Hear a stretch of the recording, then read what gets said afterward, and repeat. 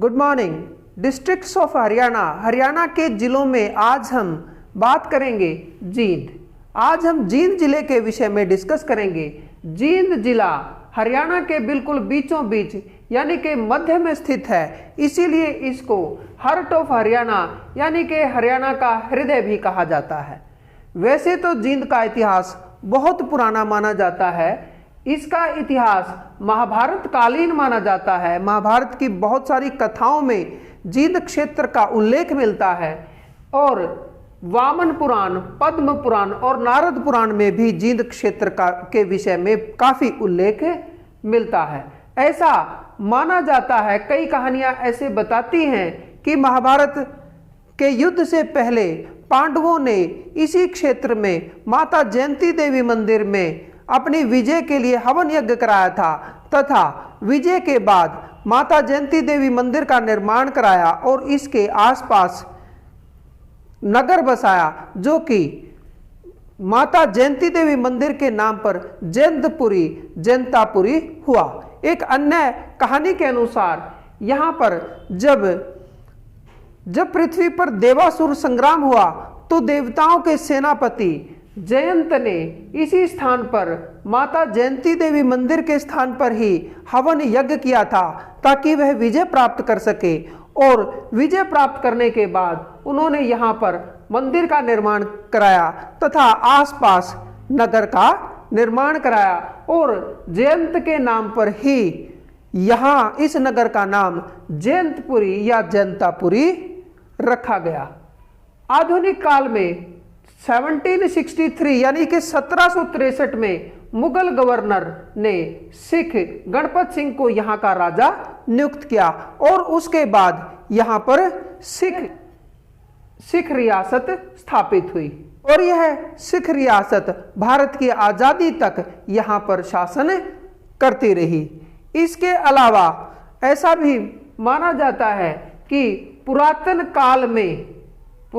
काल में जींद क्षेत्र जो है वो कुरुक्षेत्र के अंडर आता था, कुरुक्षेत्र का ही अंग होता था, क्योंकि जब कुरुक्षेत्र का युद्ध हुआ तो जींद के ही राम राय को उस युद्ध का लास्ट नाका माना जाता था, अंतिम द्वार माना जाता था।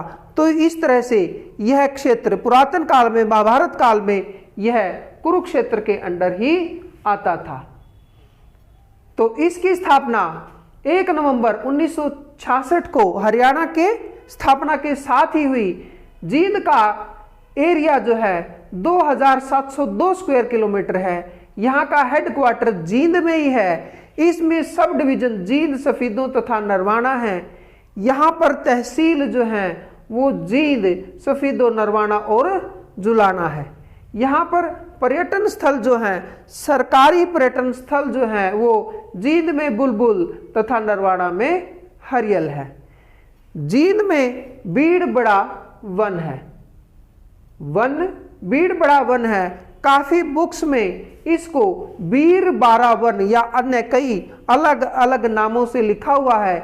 आप इस बात को करेक्ट कर लें, क्योंकि इसका नाम बीर बारा वन नहीं, वो मिसप्रिंटिंग है या उनके समझने में कोई दिक्कत होगी तो इसका नाम बीड़ बड़ा वन है। हालांकि ये बहुत बड़ा वन नहीं है, छोटा मोटा ही है, परंतु नाम तो इसका बीड़ बड़ा वन ही है। यहाँ लिंगानुपात 911, बुक्स में 911 है, हालांकि पिछले साल के आंकड़ों के अनुसार ये बढ़ चुका है। यहाँ की साक्षरता दर 75% है। मीन 2000, ये दोनों चीजें 2011 की गणना के अनुसार हैं, तो यहाँ की साक्षरता दर भी अब बढ़ चुकी है, परंतु आप जीके के अनुसार इतना ही लिखेंगे। यहाँ पर शिक्षण संस्थाओं में यहाँ पर चौधरी रणबीर सिंह यूनिवर्सिटी है, CRSU है तथा प्रिंसली स्टेट्स के दौरान, रियासतों के दौरान यहाँ पर जींद विश्वविद्यालय भी होता था, जो कि अब नहीं है।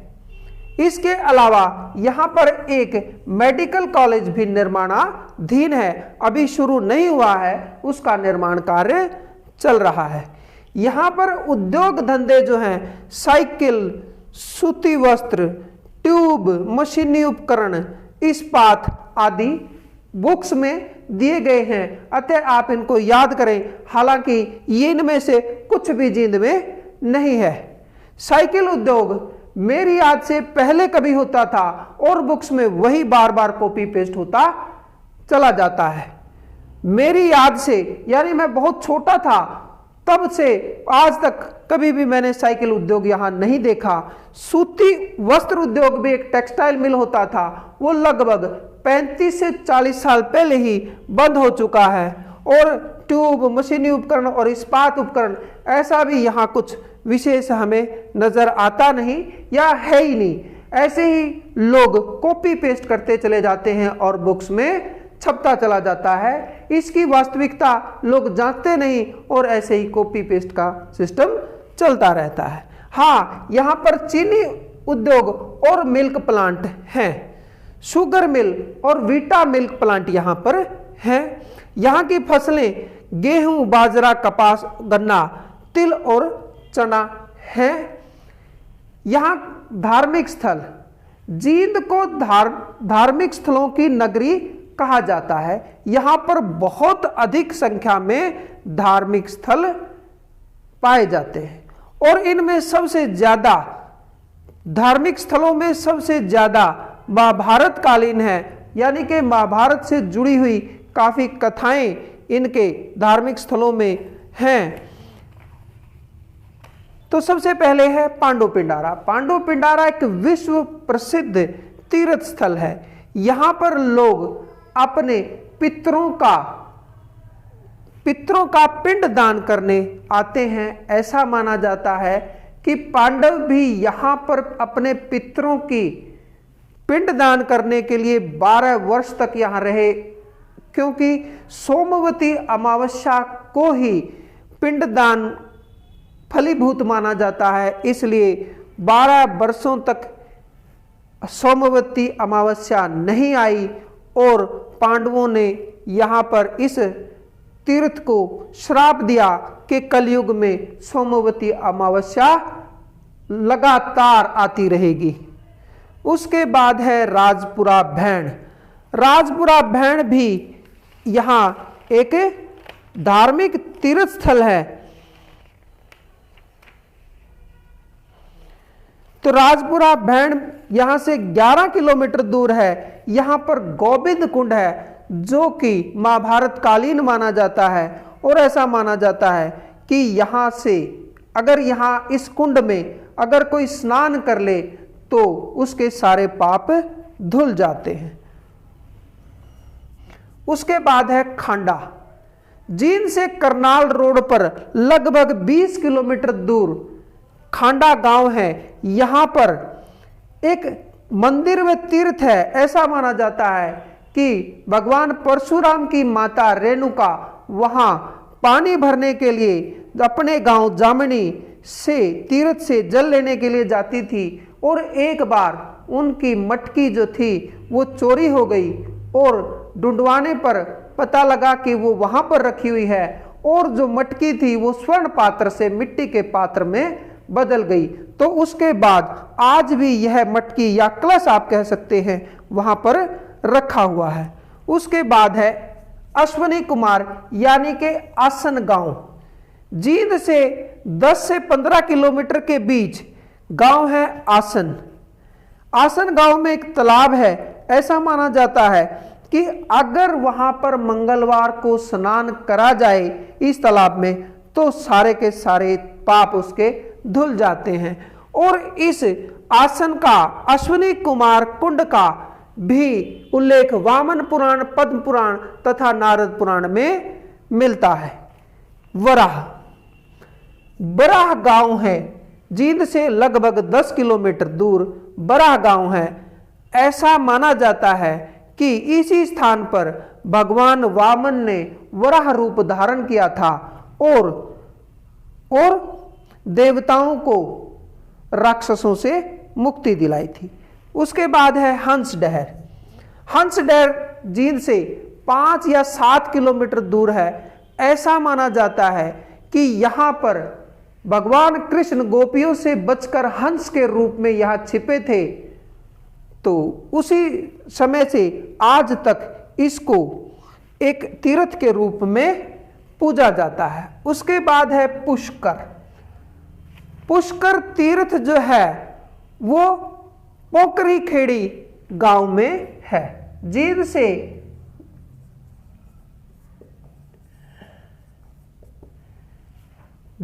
से लगभग 10 किलोमीटर दूर पोकरी खेड़ी गांव है। यहां पर एक तालाब है।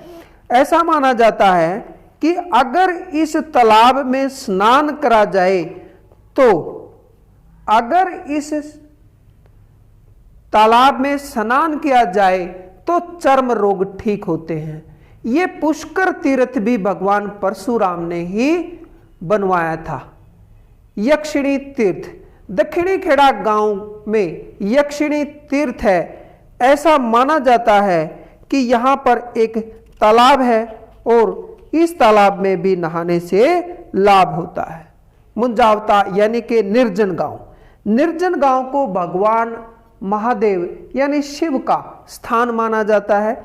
ऐसा माना जाता है कि यहाँ पर एक विशेष रात को उपवास करने पर भगवान गणेश प्रसन्न हो जाते हैं और आपके सभी पापों को ठीक कर देते हैं।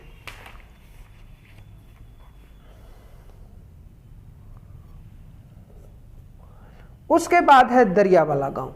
दरियावाला गांव जींद से 4-5 किलोमीटर दूर है और यहां पर भी महाभारत कालीन अवशेष प्राप्त हुए हैं। हटकेश्वर धाम, ये बहुत ही प्रसिद्ध धाम है।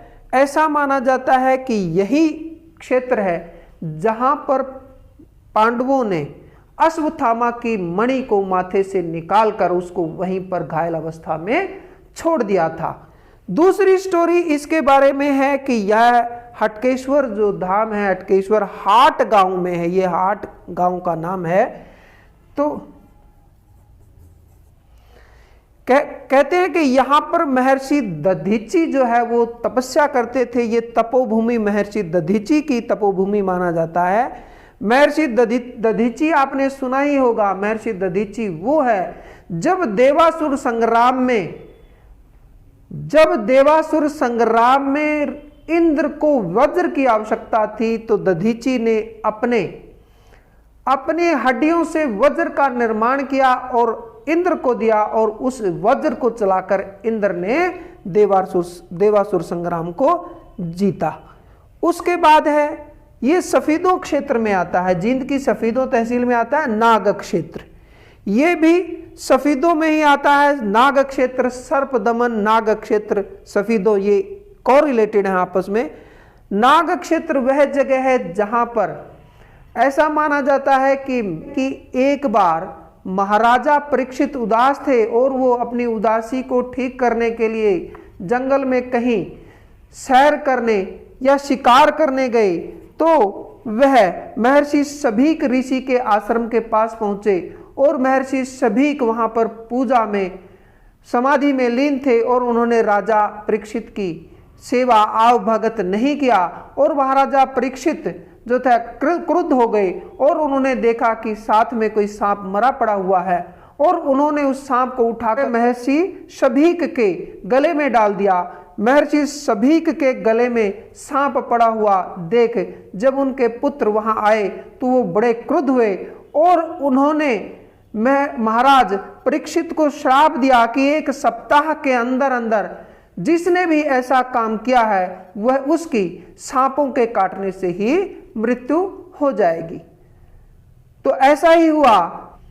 यह जानकर कि महाराज परीक्षित की मृत्यु क्यों हुई है, उनके पुत्र महाराज जनमेजय बहुत क्रुद्ध हो गए और उन्होंने इसी क्षेत्र में पूरी दुनिया के, पूरी पृथ्वी के सांपों को खत्म करने के लिए एक हवन कराया और उस हवन में मंत्रोच्चारण के साथ साथ पूरी दुनिया के, पूरी पृथ्वी के सांप आकर जलने लगे, उनका दमन होने लगा। जब ऐसा हो रहा था तो महाराज इंद्र, देवेंद्र बड़े उदास हुए। उन्होंने महादेव से प्रार्थना की कि वो जनमेजय को समझाएं, तो उन्होंने जनमेजय को कहा कि बस अब तुम्हारी जो पीड़ा है वो समाप्त हो गई है, अब पूरी पृथ्वी के सांपों को आप खत्म ना करें।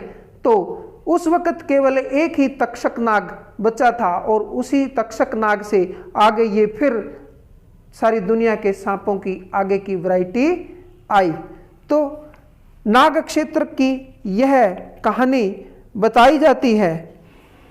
उसके बाद है भूतेश्वर मंदिर। भूतेश्वर मंदिर को भी महाभारत कालीन मंदिर माना जाता है। और रानी तालाब, जींद शहर के बीचों बीच रानी तालाब है। तालाब से आप समझ ही गए होंगे, ये एक बड़ा तालाब है। रानी, इसकी कहानी ये बताई जाती है कि रानी तालाब के साथ एक बड़ा सा किला होता था। जींद में वैसे तो 2 किले थे, आजकल नहीं है। तो जो तालाब के साथ किला था उसमें रानी अपने महल से या अपनी कोठी से अंडरग्राउंड गुफा से वहां पर जाती थी। रानी तालाब के साथ में एक छोटा सा मंदिर है, वहां पर पूजा करती थी और रानी तालाब में, इस तालाब में स्नान करती थी। ये विशेषकर रानी के स्नान के लिए, रानी और उसकी दासियों के स्नान के लिए ही बनाया गया था, इसीलिए इसका नाम रानी तालाब है।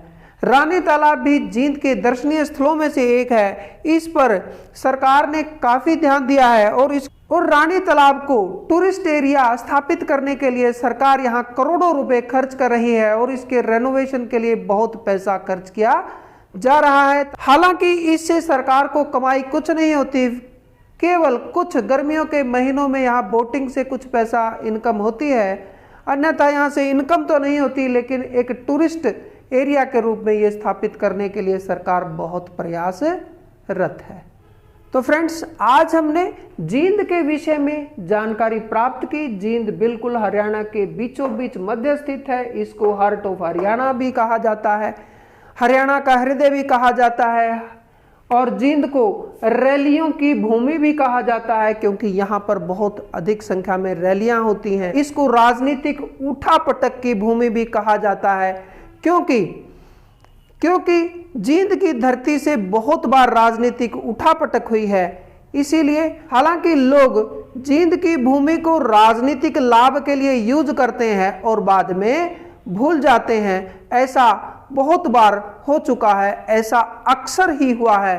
क्योंकि यहाँ पर चौधरी देवीलाल ने रैली करी, विशाल रैली हुई, चौधरी देवीलाल मुख्यमंत्री बने और उसके बाद भूल गए। उसके बाद चौधरी बंसीलाल ने यहाँ पर रैली की, वो सीएम बन गए और भूल गए। चौधरी भजनलाल ने यहाँ रैली की, वो सीएम बन गए और भूल गए। उनके बाद भूपेंद्र सिंह हुड्डा ने यहाँ रैली करी और वो सीएम बन गए और यहाँ भूल गए। तो इस तरह से जींद को रैलियों की भूमि भी कहा जाता है, राजनीतिक उठापटक की भूमि भी कहा जाता है। तो आज हमने डिटेल में जींद के विषय में जानकारी प्राप्त की। अगले जिले के विषय में जानकारी के साथ हम फिर आपके समक्ष हाजिर होंगे। तब तक के लिए थैंक यू सो मच। जय हिंद।